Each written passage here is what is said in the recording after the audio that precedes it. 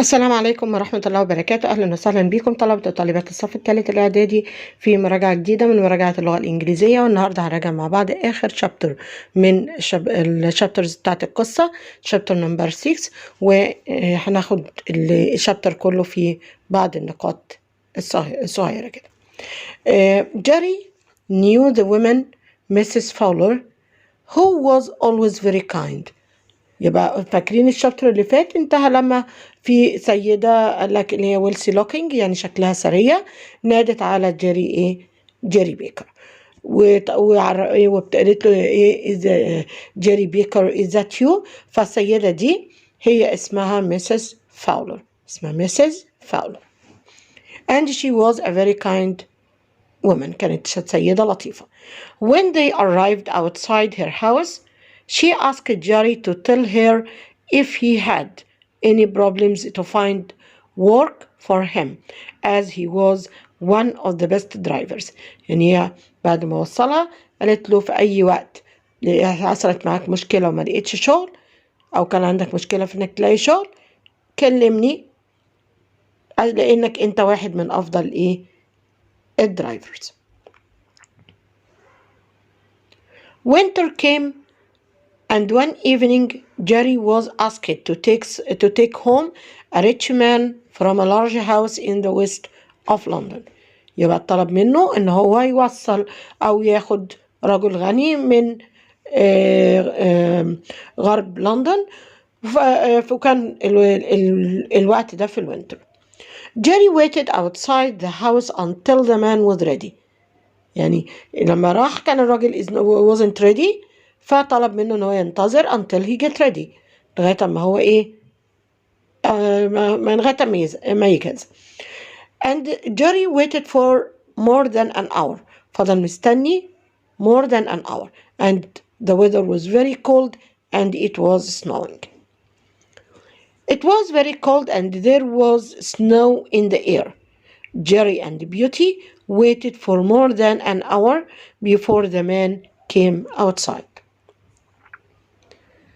The man did not apologize، لما خرج ما اعتذرش، and was angry when he had to give Jerry money for the time he waited outside in the street.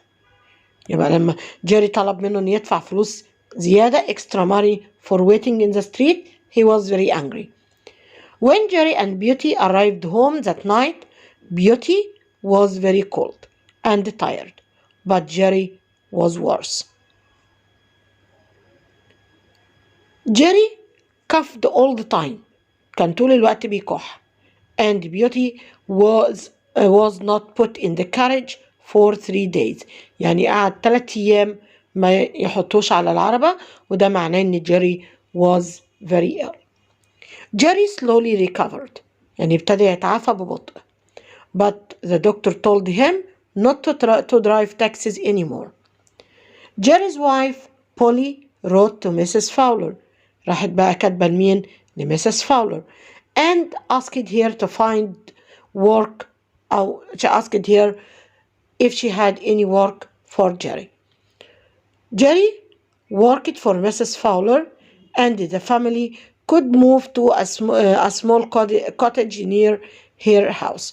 يبقى راح يشتغل عندها وكانت قالت لهم ان ممكن العيلة كلها تنتقل في small cottage near the house.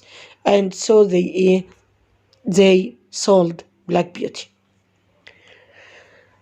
Black Beauty was sold to another taxi driver called Skinner, who made Ginger so weak and sad.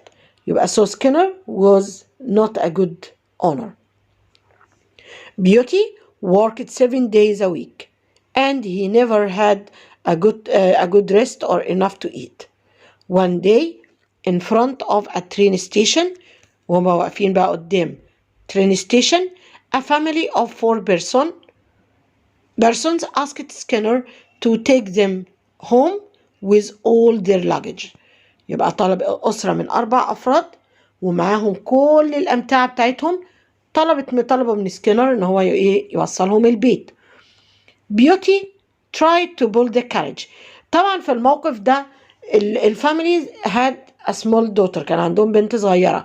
And the daughter could see that the Black Beauty was weak and ill. يعني شايفة إنه هو ضعيف.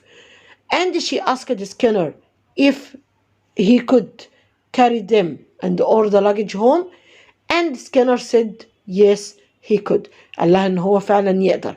Although he knew, رغم إن هو كان عارف that Beauty was weak because he didn't give him even breakfast. يعني هو كانش اداله حتى يفطر. Beauty tried to pull the carriage as fast as he could, but he was weak because he was given no breakfast. Beauty started to climb a hill, but he didn't have enough energy, so he fell into the ground and couldn't move. يبقى ما كانش عنده أي طاقة عشان يقدر يتسلق التل ده، لأنه ما كانش أساسا فاطر، فبالتالي هو وقع على الأرض and couldn't move.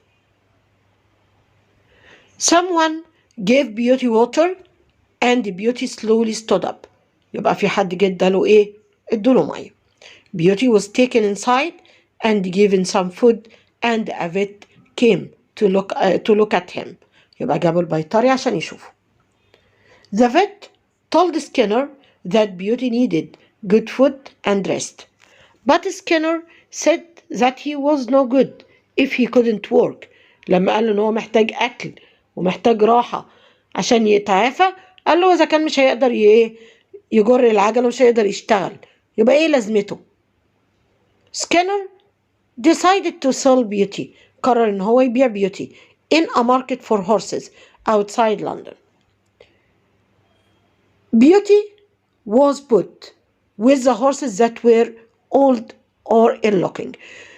طيب يبقى هنا Black Beauty اتباع في السوق مرتين. At the first time he was put with the strong and good-looking horses. كان اتحط مع الحصينة اللي هي strong and good-looking. But in the second time he was put with the horses who are old and ill-looking. وده الديفرنس أو الاختلاف ما بين المرتين اللي اتوضع فيهم في السوق. The people who looked at Beauty were very poor and wanted to buy a horse for as little money as possible. An old farmer with a kind face and his grandson stopped to look at Beauty. The man who took Beauty to the market told the old farmer that Beauty was used for driving taxis and became ill, and with a little rest he would be a good horse again. هو طبعا الفارمر، والفارمر ده اسمه مستر ثرو جود، كان شايف in Black Beauty was old and weak, but his grandson could see that Black Beauty was a kind horse. كان شايف إن هو kind horse, and he asked his grandson to buy him. And the man who took Black Beauty to the field أو to the market، اللي هو الشخص اللي خده إلى الماركت، قال للفارمر ده إن هو كان بيشتغل بيجر التاكسيات and with a good food and rest، بعد بالأكل كويس وبالراحة he will become a good horse again. هيصبح حصان جيد مرة أخرى. The farmer thought for a time, then he decided to buy Beauty. The new owner, Mr. Throwgood, took Beauty to a large field and he was giving good food every day. يبقى أخده إلى حقل كبير واداله أكل كل يوم. The grandson Willie looked after Beauty very well. When spring came, Beauty felt strong again and they let him pull a small carriage. خلوه يسحب أو يجر small carriage. The old farmer wanted to find Beauty a place where he could work. حب يلاقي له مكان يشغله فيه. And took him to the home of Miss Plumfield, who lived with her two sisters. يبقى Miss Plumfield كانت عايشة مع أختين. The old farmer told Miss Blomfield that Beauty has had a difficult past and he is a good horse. قال لها ان هو عانى من حاجات سيئة في الماضي ولكنه a good horse. In the morning, a young man came to take Beauty to Miss Blomfield's home. The young man looked at Beauty and told him that he was Joe Green. يبقى اليونج مان اللي جه ده طلع مين؟ طلع جو جرين. But Black Beauty couldn't recognize him. ما كانش قادر يتعرف عليه. ليه بقى؟ Because Joe Green became old, يعني أصبح older and taller. He became older and taller. The young man looked at Beauty and told him that he was Joe Green, the boy who made him أو who made Beauty ill. يعني هو فكره بنفسه، أنت مش فاكرني؟ أنا جو جرين، أنا الولد اللي عياك.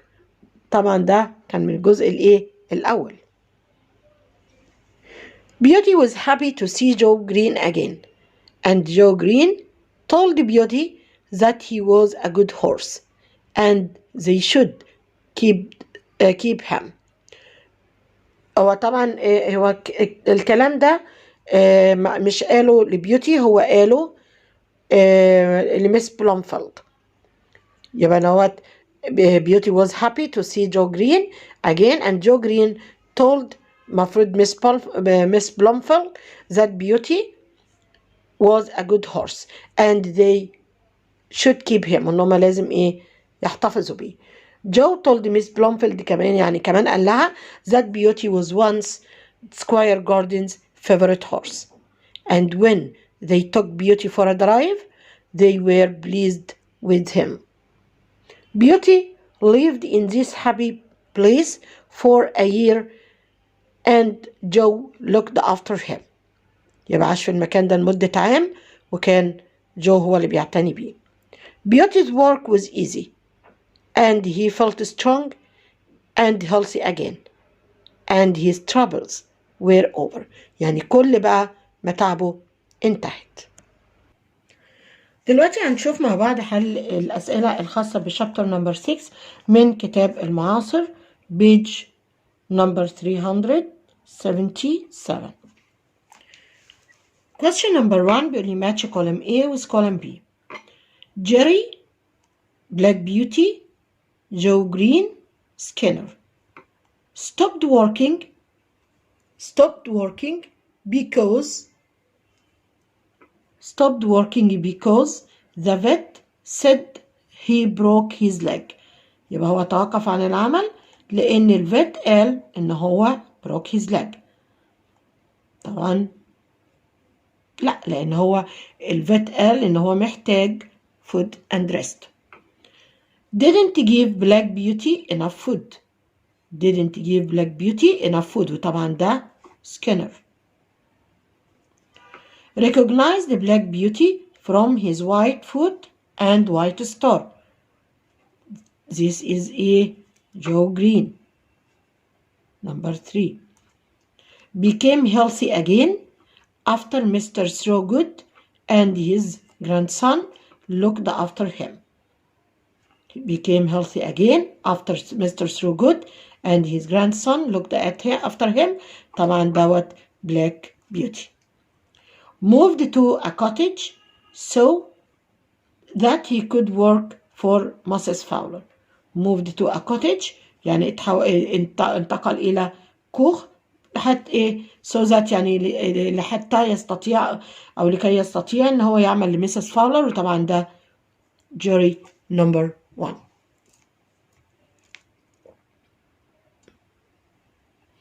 نمبر 2 هنشوف برضو الماتش وبعد كده هرجع للكويستشنز.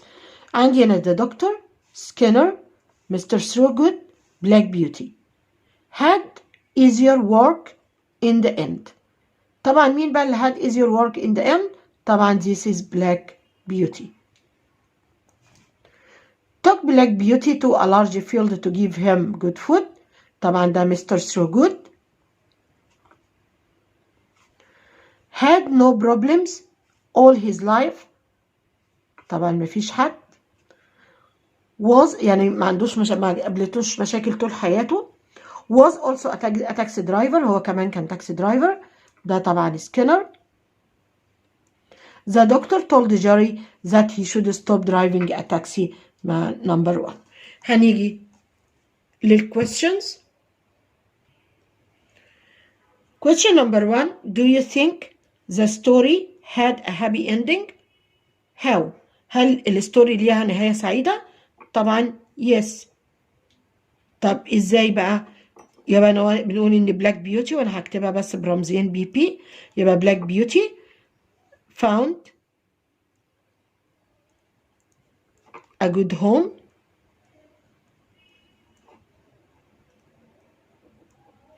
and had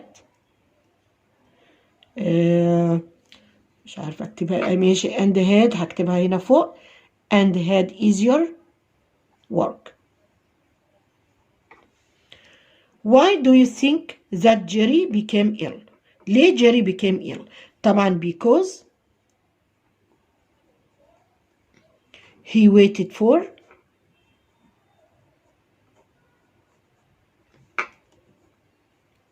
the rich man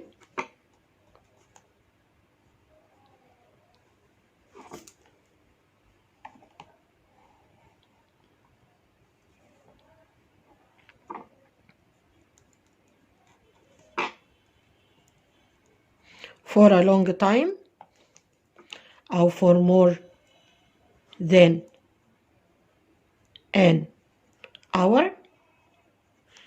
and it was very cold and snowing.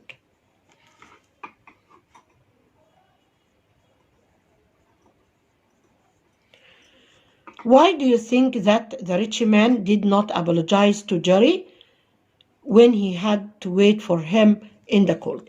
ليه في اعتقادك هو يعني شاف ان هو مش لازم يعتذر؟ طبعا because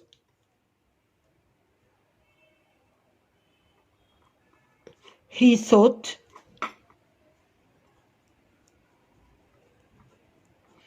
it was Jerry's job to wait. ان هو شايف ان ده عمله، ان هو يستنى، لازم ينتظره، هو ده الشغل بتاعه. Number 2. Why do you think that Skinner make Black Beauty work so hard? ليه في اعتقادك ان Black Beauty خلى سكينر خلى Black Beauty يعمل بالقسوة دي؟ طبعا انا ممكن عندي اكتر من رأي لان كل واحد ورأيه. فانا ممكن بنقول ان هو because he was greedy and he wanted more money. وممكن اقول because life was difficult for him because he needed money to feed his family. كل واحد وايه ورأيه. بس هو طبعا هو الارجح ان هو طبعا كان greedy man. طبعا يبقى نوت because he was greedy and wanted to get more and more money. طبعا لو انت ليك رأي تاني برضو بتحطه، بس المهم ان انت تكتبه بطريقة صح وتقنع بيه المصحح. يعني في ممكن يجي يقول لي لا ما هو اساسا كان فقير وكان محتاج انه يحصل على فلوس كتير to feed his family، عشان يأكل ايه الفاميلي بتاعته، عشان كده هو كان بيخلي بلاك بيوتي يشتغل بايه بقسوة او بيشتغل so hard. فكل واحد لازم بيكتب رأيه لان هو في الاخر critical thinking، مفيش اجابة صح واجابة خطأ، المهم تقنع المصحح. هنتنقل لسؤالين تانيين. عندي انا the rich man Jerry, the daughter Willie coughed all the time and was very ill. coughed all the time يعني كان بيكح طول الوقت and he was very ill يعني كان مريض جدا، وطبعا ده Jerry. number 2. didn't apologize and was angry. لم يعتذر وكان angry. طبعا the rich man. Looked at Beauty and said he looked very well. He looked very weak. طبعا دي the daughter ولا ولي؟ طبعا دي the daughter ودي اللي هي كانت مع ابنة العائلة. fell down onto the ground. طبعا ده Black Beauty وما هوش موجود.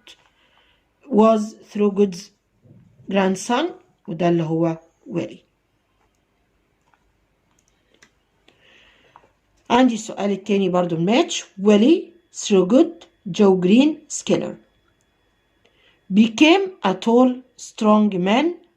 طبعا ده جو جرين. number 3 was unkind to Beauty. was unkind to Beauty. طبعا دوت ايه؟ طبعا ده سكينر. ما كانش لطيف مع بيوتي. told Miss Blomfield رقم C was Skinner's daughter. طبعا ما شفناش احنا ليه بنات. told Miss Blomfield that she wouldn't find a better horse than Beauty. اللي قال الكلام ده طبعا مستر Throgood. number 3 number 2. number 4 said that Beauty looked kind and intelligent. طبعا دوت ولي. وهنتنقل answer the question. Do you think that the rich man was right when he became angry? هل بتعتقد الريتش مان ده اللي هو ما اعتذرش كان عنده حق to get angry؟ طبعا بيقول لي why. طبعا الانسر is no because he made Jerry wait for a long time. يبقى هو خلاه ان هو ينتظر لوقت كبير while he could take another passengers. او بلاش while ممكن نقول ايه although.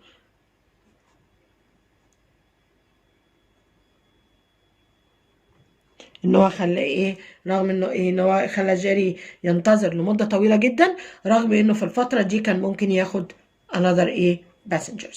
Do you think Skinner was right not to give Beauty enough food؟ طبعا no. هل هو كان عنده حق ان ما يدوش enough food؟ طبعا no. ليه بقى؟ because the horse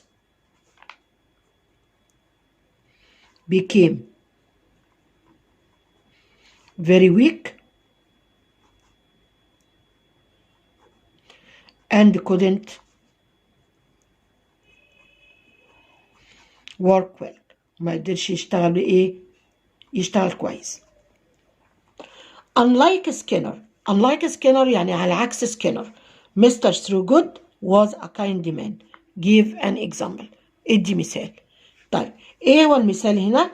ان طبعا ان مستر ثروجود هكتب بقى ايه؟ هنقول مثلا ان هو he gave Beauty good food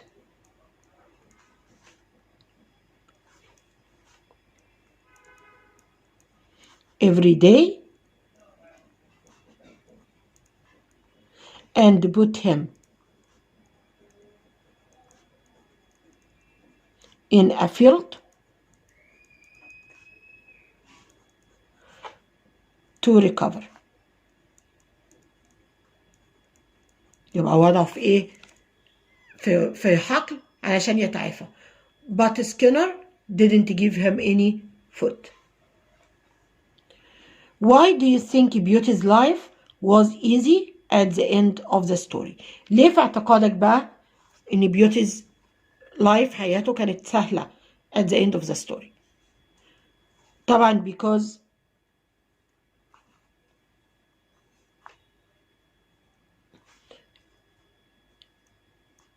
he did easier work لأن هو كان بيعمل بقى إيه عمل أسهل.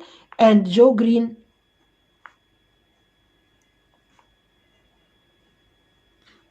looked after him very well.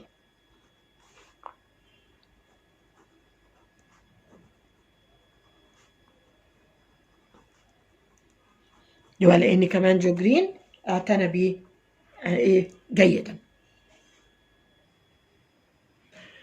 دلوقتي هننتقل لكتاب جيم بيج نمبر 373. Question number A number 1 match column A with column B. Bolly, Throgood, Joe Green, Black Beauty was surprised when he saw Black Beauty again. طبعا Joe Green was Jerry's friend طبعا مفيش. wrote a letter to Mrs. Fowler. This is Polly, هي اللي كتبت خطاب لمسز فاولر. bought Black Beauty as Willie liked him. يبقى اشترى Black Beauty لأن ويلي كان عاجبه، يبقى ده طبعا مستر Throgood. طبعا آخر حاجة Black Beauty was sold at the part where the horses were old or ill-looking. Answer the question. Do you think Skinner was greedy? Why and why not? طبعا yes, because he knew that Black Beauty was weak, but he agreed to take the family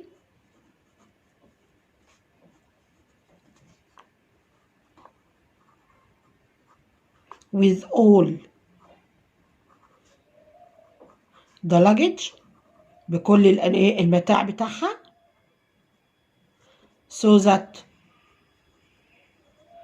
they won't take أو they wouldn't take، يعني وبكده ما ياخدوش another taxi.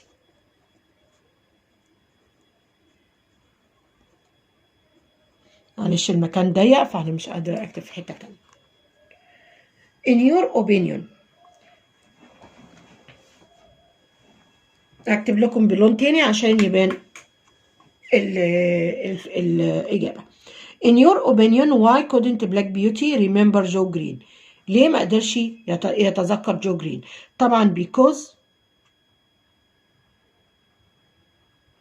he became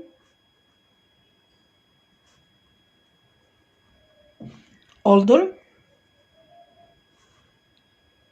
taller and stronger، لأنه كان أطول وأقوى وطبعا أكبر في السن.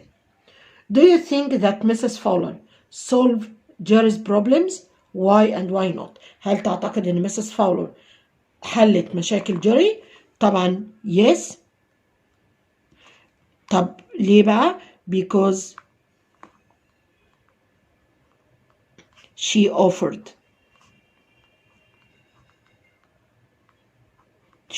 him a job، إن هي عرضت عليه وظيفة and a place to stay in، وكمان مكان عشان يقعد فيه.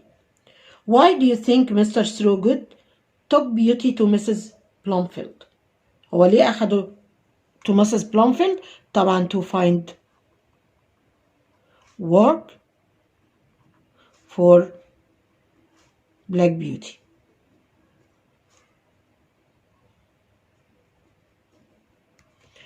Why were the people who checked Beauty at the market poor؟ ليه كانوا الناس اللي كانوا بيفحصوا البلاك بيوتي في الماركت كانوا فقراء. طبعا because he was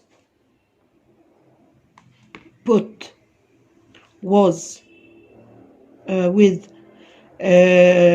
all old and ill looking horses، لأن هو كان محطوط مع الويك أو ill looking horses and they wanted a horse for a little money، إن هو كانوا محتاجين إيه؟ حصان for little money. Why do you think Black Beauty fell on the ground؟ ليه اللي وقع على الجراوند؟ طبعا because he was very weak as he didn't have any breakfast أو he wasn't given any breakfast. نفس الإجابة. Why do you think the doctor advised Jerry not to drive taxis again؟ ليه طلب منه إن هو ما يسوقش taxis again؟ طبعا because he was very ill and his lung was damaged، يعني الرئة بتاعته تضررت. Did you enjoy reading Black Beauty? Why and why not؟ طبعا هل استمتعت بقرايتها؟ Why and why not؟ وطبعا ده هو سؤال critical يرجع ليك انت. ممكن بنقول طبعا yes because it is a good story with a good moral، يعني فيها هدف أخلاقي. It makes people understand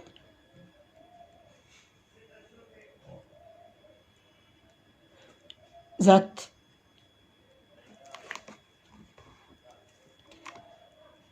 looking after working animals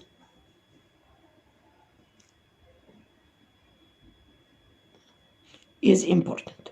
يبقى هي قصة جيدة ليها هدف أخلاقي بتعلم الناس إن الاعتناء بالحيوانات العاملة شيء هام.